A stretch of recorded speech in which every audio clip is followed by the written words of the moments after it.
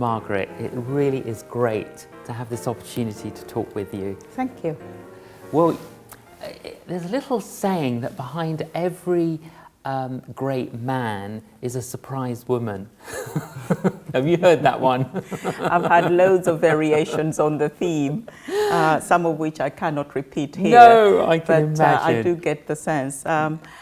Probably this is a very, not a surprise woman, because I think I chose well. You did. And had lots of confidence. And God has been good. He's blessed us in many ways. Absolutely. And it's good to be able to minister to him in this very specific and special way. Yeah. Now, you both met as students in Uganda. Yes, we did. John was at the university. I was at secondary school. And through the Christian Union leadership, I was president of the Christian Union at the local girls' school. We invited the speaker to come and have tea with us and address the union. And he was the guest speaker. So that was our first encounter. And then later on, we met up at university.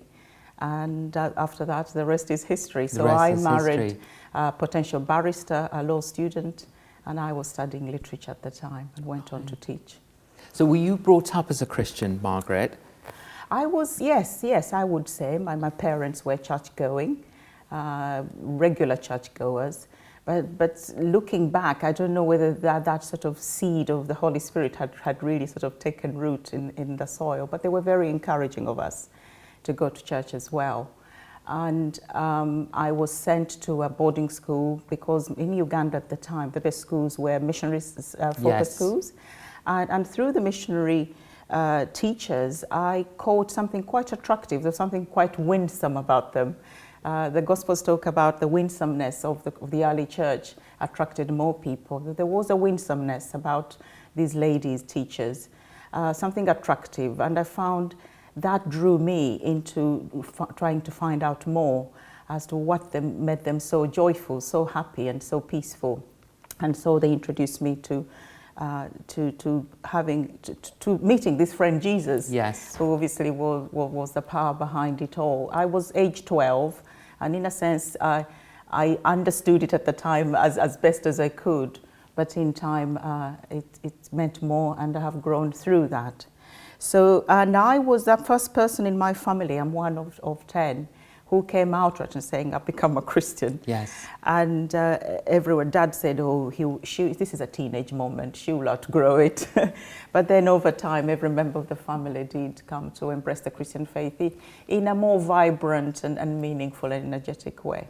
So when your husband decided to go forward for ordination, did that come as a surprise? Not at all, not at all. He had been, he may have told you, he comes from a large family, he came from a large family of 13, and they were all mini preachers, they were lay preachers in their household.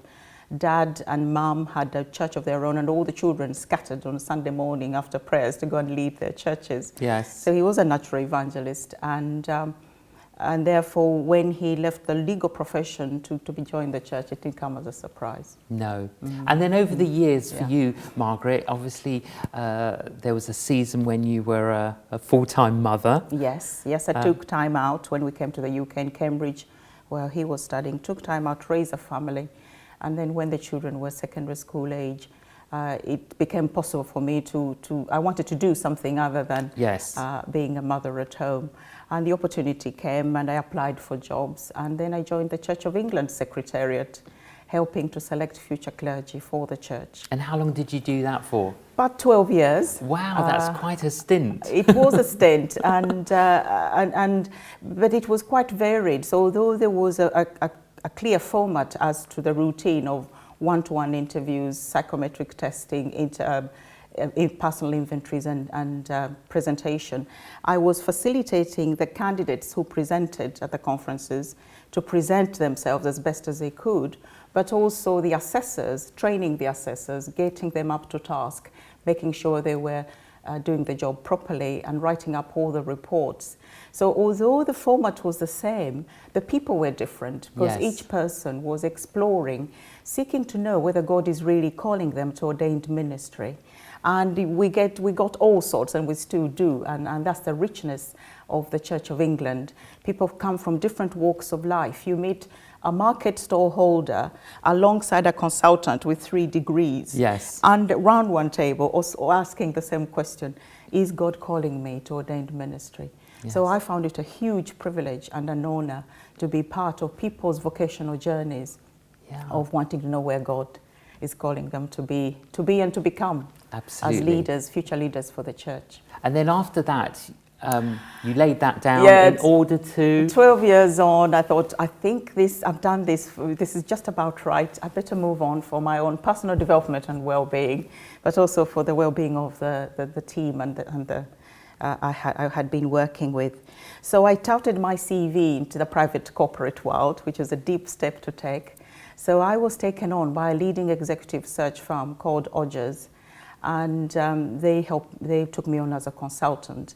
So instead of recruiting at the lower end of trainee clergy, I was then recruiting at the top end, at the boardroom level, helping organizations and charities to find chief executives, chairs of companies, non-exec directors, and that's what I was doing until very recently, a few years ago. So was there any similarity between the characteristics that were required for both? Yes, in the sense that when you're looking for leadership qualities in someone, the qualities are exactly the same, whether you're a person of faith or no faith. But obviously, with the ordained ministry category, we have the extra criteria of vocation. Why do you want to be ordained? Of course. And why can't you stay as an effective doctor or GP or social worker? So that has to come in, and the dimension of spirituality and prayer life. Other than those two, I think I would be quite confident to say that the criteria is generally the same. You're looking for people who are visionary, whether you're recruiting for a charity, a hospital, a school, or a central government body, people who are visionary, who will lead and enable people. And and increasingly, people are looking for people who have emotional skills, who can relate and connect. So relationships are very important, leadership qualities are very important. So it wasn't a very difficult change to make. But within that, I wanted very much to focus on having an embracing difference, and to help in the way we recruit people, to identify people who are different, because research shows that different people bring different skills to the table, to any effective team. So is that what got you thinking about diversity? That's right. So that's why I went down the diverse route. And because increasingly clients were saying, we want a diverse list of candidates. We need to see more people we need to have more women. You present us with some women who are capable. And it's not about lowering the standards, which I think some people fear about. It's about identifying people who do meet the criteria, who you can put forward to a client and say, I believe they tick all the boxes and they're worth looking at and they're worth interviewing. So when I talk about diversity, it's more about how do we manage difference in teams. It could be along ethnic lines, gender lines, disability, age, any other range of difference, because you and I are different. Yes. Over lunch we were talking about you being Greek, or you're being teased about being Greek, and John being Ugandan. Yes. It is that bit we bring to the table. If we had a problem to solve, you'd find that you have a different perspective which you bring, and that will make for a very innovative and creative result and solution at the end. So I feel passionate about that, but also the fact that a lot of women, for example, have struggled to identify what it is in life they want to do. If you have the privilege of having a family, you bring up the family, and that's a gift. But at the end of it, as you grow older, you think, well, maybe there is more to it. Maybe God is calling me to this. And I find that women do lack in confidence quite a lot. We are not very good at putting ourselves forward, like the boys. And we're also too honest, I've found. Whereas the boys will blag their way and say, I can do 1, 2, 3, 4, whether the other two, they're able to do them or not. They're more confident in themselves. Whereas I think as women, we tend to look at the things we cannot do and then exclude ourselves from opportunities. But do you think, Margaret, like for example, if you're applying for a job, you have to have references. Yes. And do you think some of the references that are given aren't fully honest and truthful in terms of a character reference or in terms of a personality reference? The best references, you're right, have to be very candid and open, and able to talk about the strengths and weaknesses of the applicant, exactly. And also the best ones are where maybe the candidate is aware of what you've written about them, so it's not all cloak and dagger. But we find that some referees are not very forthcoming in writing open and candid references. If you present a candid reference, it enables you as the interviewer to have an open conversation with the individual about their self-awareness and whether they are aware that there are areas of weaknesses or areas for further development, as I would like to put it. So some references tell you more about the person who's written the reference, and others are not so less forthcoming. Others paint a glowing picture of the Archangel Gabriel. Yes. And you think, well, this can't be right. There must be a chink in the armor. So you do develop a skill of how you read references and what weight to put on the references. So, Margaret, how can we then affirm women who might be more understated than men? By encouraging them, by having gatherings. I gather you're very good at this, addressing women and getting women to get together. Yeah, we try.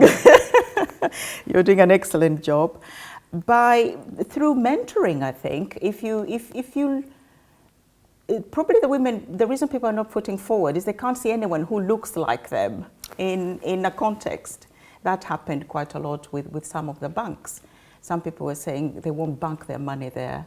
Barclays Bank is an example, where for a long time they were having difficulties attracting Asian customers. But when they recruited more Asians, and if Abdul or Jamil works for the bank, it must be all right. I can put their money with them, and then you borrow. And the same. So it's perception. It is perception. If you don't see anyone who looks like you somewhere, you can't aspire to it.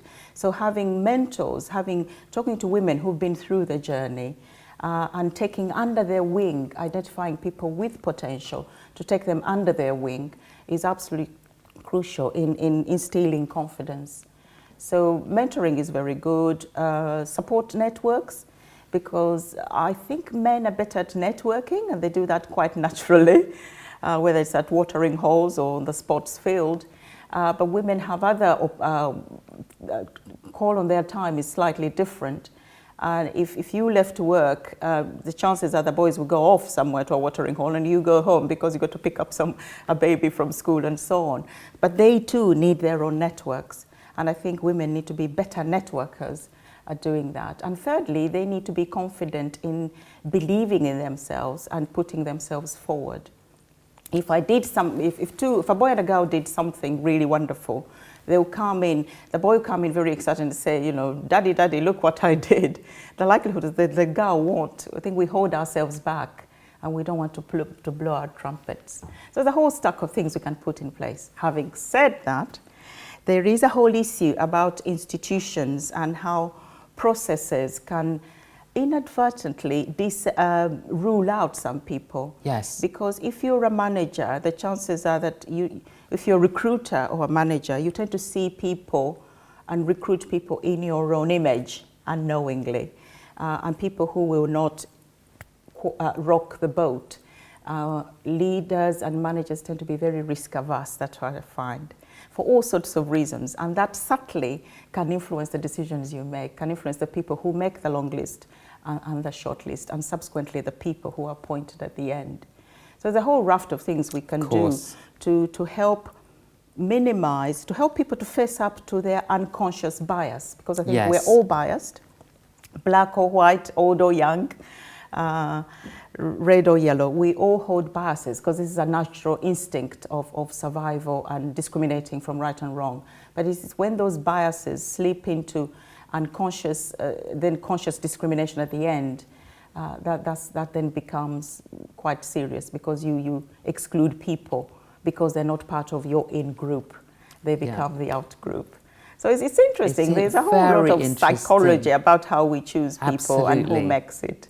In our ministry, Margaret, whenever we're employing anyone new, I have a number of criteria. I'm looking, first of all, are they of good character? Yes. Which is very important. Absolutely. Are they a person of integrity, honesty? Can they be trusted? True.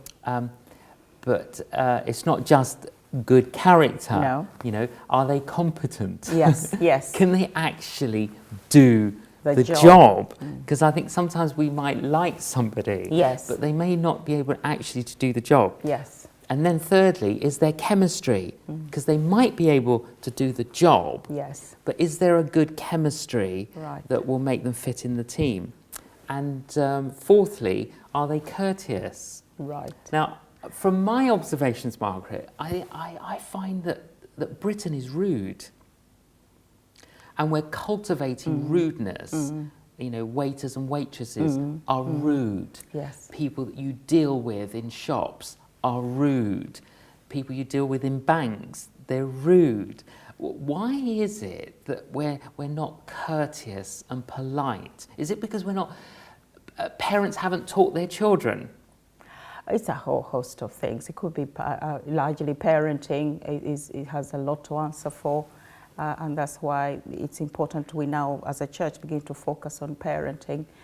But I think society as a whole has, over the years, gravitated towards a highly individualistic approach to life. Yes. It's me, and I have, with the increasing rights we've got, we've completely abrogated our responsibilities. We think we have a right. I have a right to be me and trample everyone else on the way to where I get to. And I think that's where along the way people have lost that whole idea of being courteous. The retail industry probably is a very easy example to cite. And I think it's Mary Potters who was appalled at some of the behavior. But when we go back to that old sitcom, Are You Being Served? Yes. It shows, basically, it reveals how old we are. But I wonder what the younger generation children will make of those courtesies, which really made for not a better life, but there was something wholesome about human beings. They were faulty in all sorts of ways, but there were those courtesies which you don't have. And I'm afraid in my own country, Uganda, where I do go back now and then, and I walk into a store, and you'd think, I'm being an inconvenience, and no one welcomes me with open arms. So probably it's not just the UK, but I think worldwide, we've lost those simple niceties and courtesies, which make everything. From greeting someone, a total stranger you don't know, recognizing their humanity. It makes a big difference. Of course it does. I find it, Margaret, at passport control. The number of times that I've been stopped and the people speaking to me have spoken to me so rudely and inconsiderately and really cold. And when I've actually questioned them how rude they are, they've like exploded at me. Yes. Yes, you're right. You think, you would have thought that we would train people better. But we don't. You talked about competences and ability to do something. I think we've erred too much on the side of competency, doing the job competently. The guy at the passport control is doing his job competently, but he has lacked one particular dimension.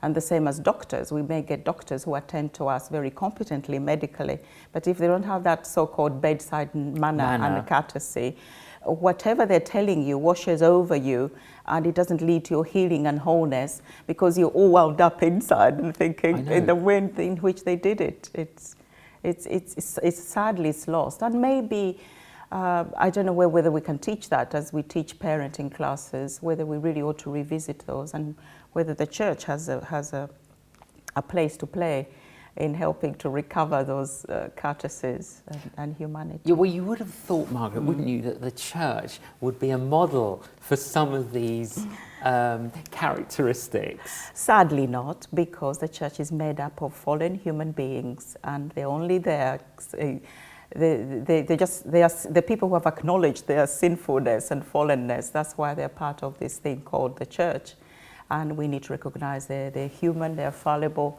The feet made of clay like everyone else. But the one difference is they believe in what God has done in Christ on the cross, And hopefully there should be ongoing renewal every day and attending to that dark side within us, which forces us to do things we don't want to do.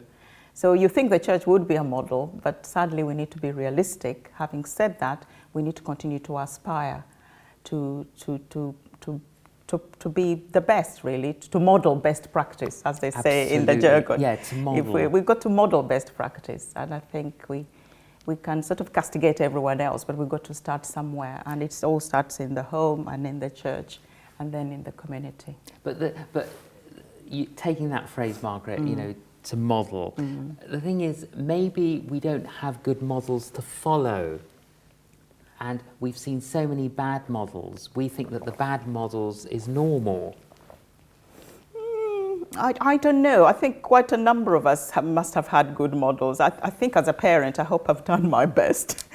Well, we hope so, don't we? I often say, Margaret, you know, that with our children, we've done our best, but by the time you get the hang of parenting, the children have left home. Yes, exactly. it's too late. It's a learning curve. Yes, and we can't rewind the clock back. And yes, I think we've got to continually rediscover how to influence the young generation for the best. Yeah. And I think that's where, for me, the gospel is good news, and it's a starting point. And when we talk about big society, the church has been a big society for a long time, but maybe we need to sort of roll it out and be resourced to be big society. I'm not holding up the church as the best model, but it is having a go. And until we get other viable alternatives, we can only roll out what we are familiar with and know works well. Absolutely. Because we know people can be changed. Yes. And what we do is we're doing it out of our own selfishness and not putting God first, others second, and me last in the pecking order. You're involved, Margaret, in a number of other initiatives and charities. Yes, I work with about 7 charities, but they're largely to do, there are 3 areas I'm interested in, with poverty issues, health and education, and especially empowering women. And those are the areas I feel passionate about, and I lend my name as either patron or president. HIV/AIDS is something I've experienced at first hand. And therefore work with. So I do work with a number of charities, and they mainly operate in the global south. Yes. Again, it's the least I can do to help make a difference. And I'm involved with Tradecraft PLC, which is about helping to eliminate poverty through fair trade. So buying fairly traded products is another way of helping to make a difference. But you know, there's so much need in the world, isn't there, Margaret? Sometimes it can be so overwhelming that we don't do anything. Yes, I think we can suffer from paralysis if you're overwhelmed with something. And there's a little book David Ford wrote, Professor David Ford wrote a while ago, talking about the shape of living and how we handle our overwhelmings. And he used the imagery of the sea washing over and the waves washing over you. So there's a sense in which you can be so overwhelmed that you do absolutely nothing. But I think the best way of dealing with it, according to David Ford, is by naming that which overwhelms you, and then sharing, describing it, and talking to other people about you. I'm overwhelmed by work or emails, whatever it is. And then thirdly, attending to it. And I think we can all do that in a very small way. Again, using the imagery of the little girl by the seashore, picking up the cockroach and throwing them back. It does make a difference to the one in your hand, which you throw back in the sea.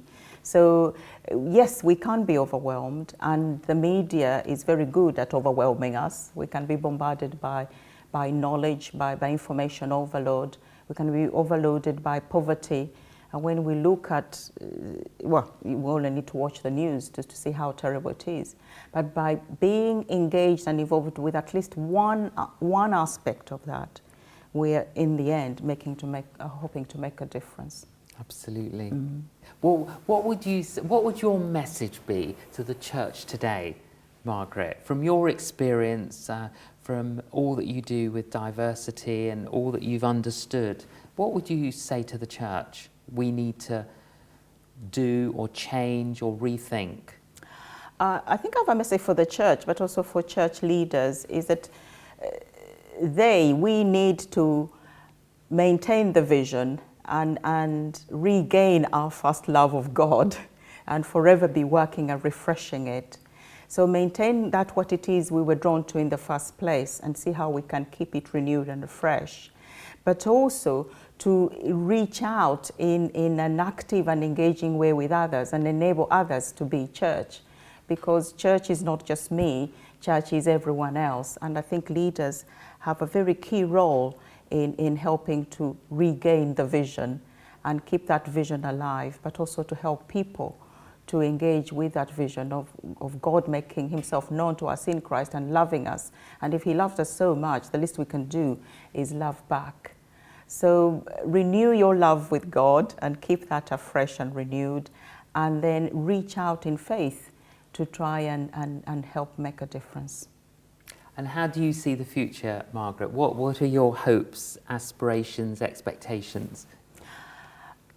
My hopes are that we will continue as a people of God, either in this nation or other nations, to keep proclaiming the gospel. I'm slightly jaundiced that the climate out there isn't favorable and won't suddenly become favorable. So that's why we have to really fall back on the grace of God to help us to continue to be good news among the poor, to be good news among the people, the communities we've been placed in, and to continue to be a force for good. But there will never be a perfect time when that will happen. We've got to do it in the time God has given us on this earth, and to pass that vision on, that baton on to the next generation, and the children we're bringing up at the moment. We'll continue to take the baton forward. So I think I'm more of a pragmatist. Yes. And therefore, I don't go in for these big visionary dreams. I tend to temper my dreams with reality. So maintain the vision, stay focused on that which you've been called to do and to be, and enable and envision and influence other people to help to bring in the kingdom of God today and in the years ahead. You're a great carrier, if I may say so, Margaret, of the presence of God, and it's a delight to know you and to have seen how you've been faithful over so many years in Uganda and both here, and just great to see the variety of things that you've embraced to try and do your little bit. Yes, and we really pray God's blessing both on you and the Archbishop, and pray that you would continue what you're doing, and let's pray that we will see in our Britain a society that reflects the values and the principles of God. Thank you. It's been a joy to talk to you. Thank you very much. Yes, it's been a real pleasure. Thank you very much. Margaret.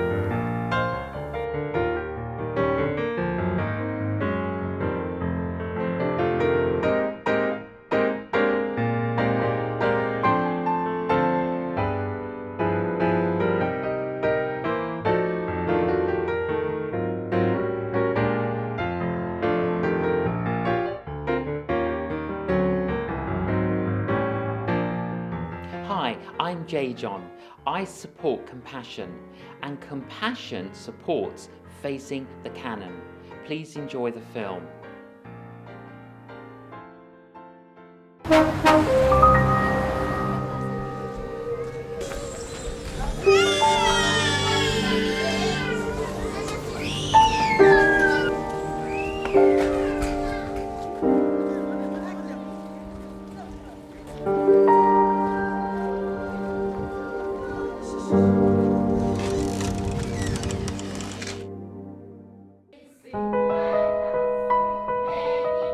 Changing the world begins with a child.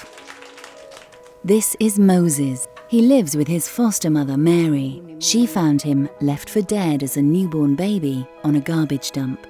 His life is very different today, as he now receives support from a compassion project in the local church.